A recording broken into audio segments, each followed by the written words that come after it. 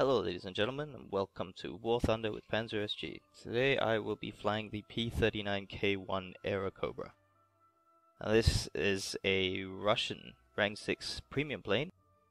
Can't remember exactly how much it costs, but it will definitely cost you 12,000 lions to put into service. Its stats as such is comes to you fully repaired, so there is nothing to upgrade or anything. It's as good as it can be right out of the box. What do you get for that? Well, you get an Airacobra for the Russians. And what is included with that? You get bonus rewards. You get more lions per match. I mean, it is a premium plane. You do also get a 100% XP bonus, so that's, it's pretty good.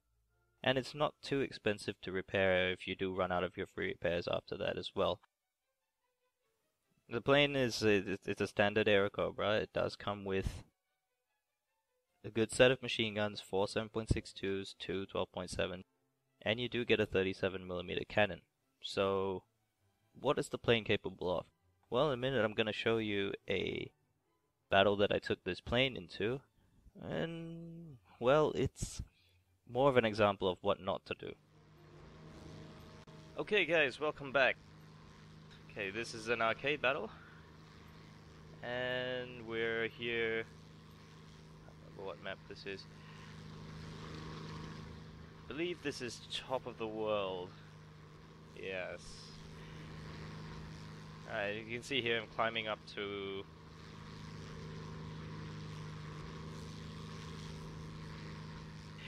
climbing off over to the right from the spawn area, trying to get a little bit of altitude, and notice this A20 coming in, and the main thing that I'm trying to do here is defend the ground targets.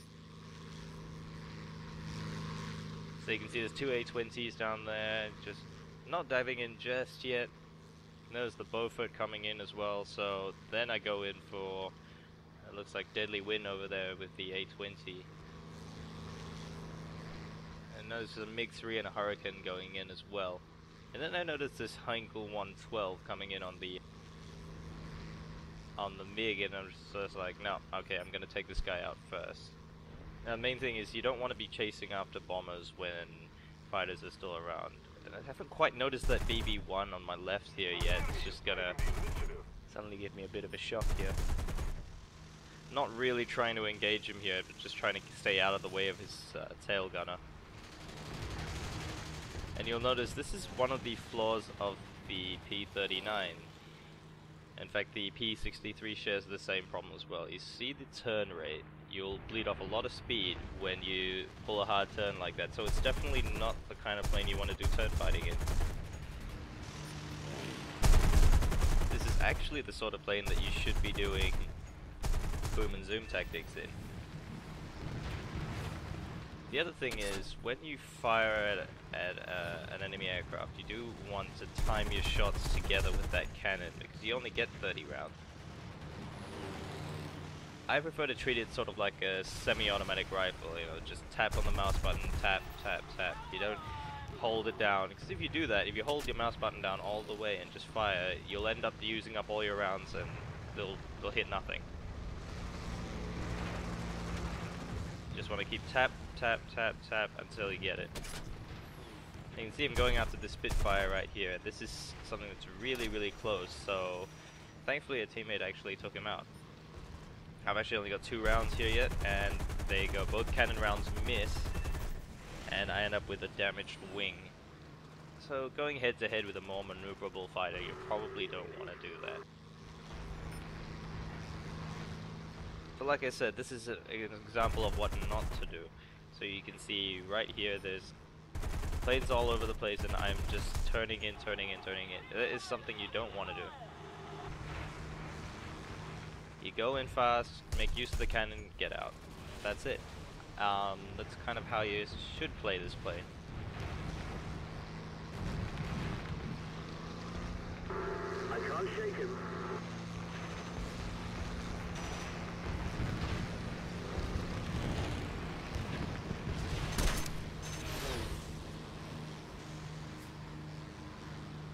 This U2 came right out of the sun there.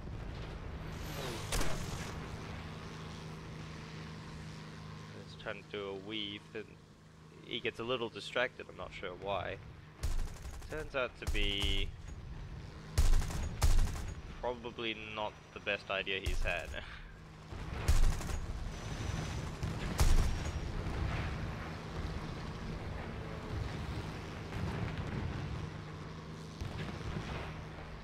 Yeah, another thing is you hold down that C key and just keep looking around. You always want to have an idea of where everyone is, where the enemy is, and just be aware of what's going on around you. More often than not, what happens when, and it happens to even very good players, it can happen to anybody, is when you get too focused on what you're shooting at, that you kind of forget about people popping up on your tail, and that's kind of where you get taken out. And of course I do actually show that later on in this video too. Right, so noticing there's PBY up there and there's a B5N2. Let's see, maybe climb up to the PBY? Well, I wouldn't say it has a bad climb rate, but to catch something that's already very high up in the sky is probably not going to be easy, and you're going to lose a lot of speed doing it. So it's probably not worth it. So the best thing you could probably do is dive in on it.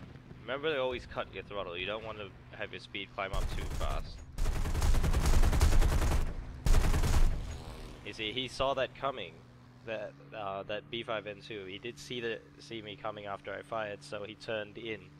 So if you happen to be on the receiving end of a boom and zoom fighter, you want to make sure that you're always turning into his dive. Don't turn away from him. Don't try and climb. Don't try to accelerate away unless you're a jet.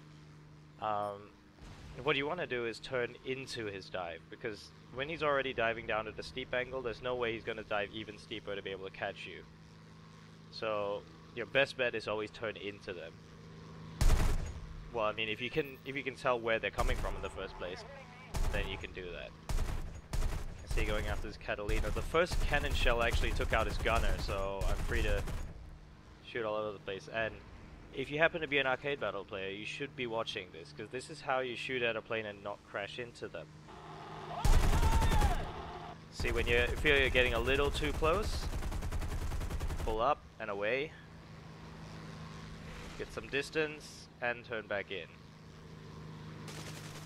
That's all there is to it. And if you were paying attention earlier, I mentioned what kills even the good players. Now, I'm not a particularly fantastic player, but I was too focused on that Catalina and shooting him down that I did not notice, I'm about to show you, there is a BF-109 on my tail. And, well, that's pretty much the end of the plane, because there's no way I'm getting off that.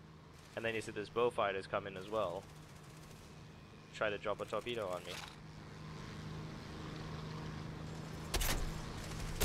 So it's an effect that some people may call tunnel vision, some people may call distracted, some people may call, you can call it anything you want.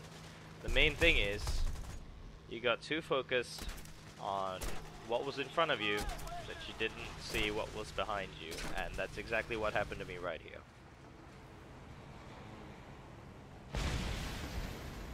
Well, that's all for now.